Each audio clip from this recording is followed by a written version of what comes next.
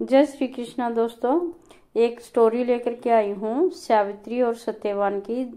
महाभारत एक ऐसा ग्रंथ है जिसमें अनेकों पौराणिक धार्मिक कथा कहानियों का संग्रह है। ऐसी ही एक कहानी है सावित्री और सत्यवान की, जिसका सर्वप्रथम वर्णन महाभारत के वन पर्व में मिलता है। जब वन में गए युधिष्ठिर मार्कंडेय मुनि से पूछते हैं कि क्या कोई अन्य नारी भी द्रौपदी की जैसे पतिव्रता हुई है, जो पैदा तो राजकुल में हुई है पर पतिव्रत धर्म निभाने के लिए जंगल जंगल भटक रही है। तब मार्कंडेय मुनि युधिष्ठिर को कहते हैं कि पहले भी सावित्री नाम की एक नारी इससे भी कठिन पतिव्रत धर्म का पालन कर चुकी है। और मुनि युधिष्ठिर को यह कथा सुनाते हैं। मद्र देश के अश्वपति नाम का एक बड़ा ही धार्मिक राजा था, जिसकी पुत्री का नाम सावित्री था। सावित्री जब विवाह योग्य हो गई तब महाराज उसके विवाह के लिए बहुत चिंतित थे। उन्होंने सावित्री से कहा, बेटी, अब तू विवाह के योग्य हो गई है, इसलिए स्वयं ही अपने योग्य वर चुनकर उससे विवाह कर ले। धर्मशास्त्र में ऐसी आज्ञा है कि विवाह योग्य हो जाने पर जो पिता कन्यादान नहीं करता वह पिता निंदनीय है। ऋतुकाल में जो स्त्री से समागम नहीं करता वह पति निंदा का पात्र है। पति के मर जाने पर उस विधवा माता का जो पालन नहीं करता वह पुत्र निंदनीय है। तब सावित्री शीघ्र ही वर की खोज करने के लिए चल दी। वह राज ऋषियों के रमणीय तपोवन में गई। कुछ दिन तक वह वर की तलाश में घूमती रही। एक दिन मद्रराज अश्वपति अपनी सभा में बैठे हुए देवर्षि बातें कर रहे थे।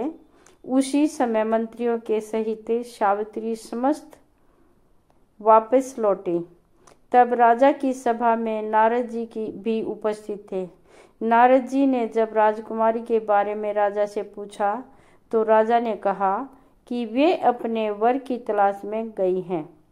जब राजकुमारी दरबार पहुंची तो और राजा ने उनसे वर के चुनाव के बारे में पूछा तो उन्होंने बताया कि उन्होंने शाल्यव देश के राजा के पुत्र को, जो जंगल में पले बड़े हैं, उन्हें पति के रूप में स्वीकार किया है।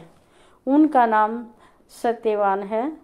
तब नारद मुनि बोले, राजेंद्र, ये तो बहुत खेद की बात है, क्योंकि इस वर में एक दोष है। तब राजा ने पूछा, वो क्या? तो उन्होंने कहा, जो वर सावित्री ने चुना है उसकी आयु कम है। वह सिर्फ 1 वर्ष के बाद मरने वाला है। उसके बाद वह अपना देह त्याग देगा। तब सावित्री ने कहा, पिताजी, कन्यादान एक ही बार किया जाता है, जिसे मैंने एक बार वर्ण कर लिया है। मैं उसी से विवाह करूंगी। आप उसे कन्यादान कर दें। उसके बाद सावित्री के द्वारा चुने हुए वर सत्यवान से धूमधाम और पूरे विधि विधान से विवाह कराया दिया गया। सत्यवान व सावित्री के विवाह को बहुत समय बीत गया था। जिस दिन सत्यवान मरने वाला था वह करीब था। सावित्री एक एक दिन गिनती थी। उसके दिल में नारद जी का वचन सदा ही बना रहता था। जब उसने देखा कि अब इन्हें चौथे दिन मरना है, उसने 3 दिन व्रत धारण किया। जब सत्यवान जंगल में लकड़ी काटने गया तो सावित्री ने उससे कहा कि मैं भी साथ चलूंगी। तब सत्यवान ने सावित्री से कहा, तुम व्रत के कारण कमजोर हो रही हो। जंगल का रास्ता बहुत कठिन है और परेशानियों से भरा हुआ है, इसलिए आप यहीं रहें। लेकिन सावित्री नहीं मानी। उसने जिद पकड़ ली और सत्यवान के साथ जंगल की ओर चल दी।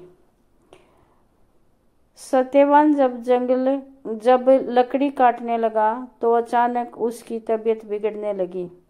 वह सावित्री से बोला, मैं अस्वस्थ महसूस कर रहा हूँ। सावित्री, मुझ में यहाँ बैठने का भी हिम्मत नहीं है। तब सावित्री ने सत्यवान का सिर अपनी गोद में रख लिया।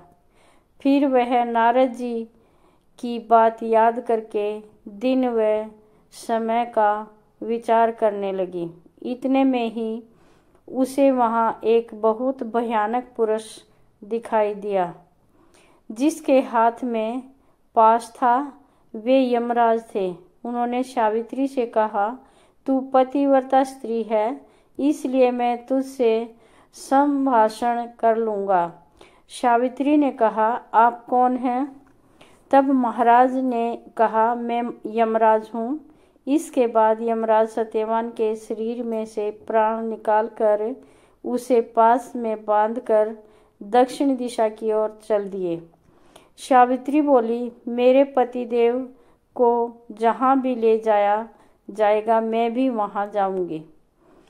तब यमराज ने उसे समझाते हुए कहा, मैं उसके प्राण नहीं लौटा सकता हूँ, तू मन चाहा वर मांग ले। तब सावित्री ने वर में अपने ससुर के आंखें मांग ली। यमराज ने कहा, तथास्तु। लेकिन वह फिर उनके पीछे पीछे चलने लगी। तब यमराज ने कहा, उसे फिर समझाया और वर मांगने को कहा। उसने दूसरा वर मांगा कि मेरे ससुर को उनका राज्य वापस मिल जाए। उसके बाद तीसरा वर मांगा, मेरे पिता जिन्हें कोई पुत्र नहीं है, उन्हें 100 पुत्र हों। यमराज ने फिर कहा, सावित्री, तुम वापस लौट जाओ, चाहो तो मुझसे कोई और वर मांग लो। तब सावित्री ने कहा, मुझे सत्यवान से 100 यशस्वी पुत्र हों। यमराज ने कहा, तथास्तु। यमराज फिर सत्यवान के प्राणों को अपने पास में जकड़े आगे बढ़ने लगे। सावित्री ने फिर भी हार नहीं मानी। तब यमराज ने कहा, तुम वापस लौट जाओ। तो सावित्री ने कहा, मैं कैसे वापस लौट जाऊं? आपने ही मुझे सत्यवान से 100 यशस्वी पुत्र उत्पन्न करने का आशीर्वाद दिया है। तब यमराज ने सत्यवान को पुनः जीवित कर दिया। उसके बाद सावित्री सत्यवान के शव के पास पहुंची और थोड़ी ही देर में सत्यवान के शव में चेतना आ गई। तो ये थी सत्यवान और सावित्री की कहानी। जैसे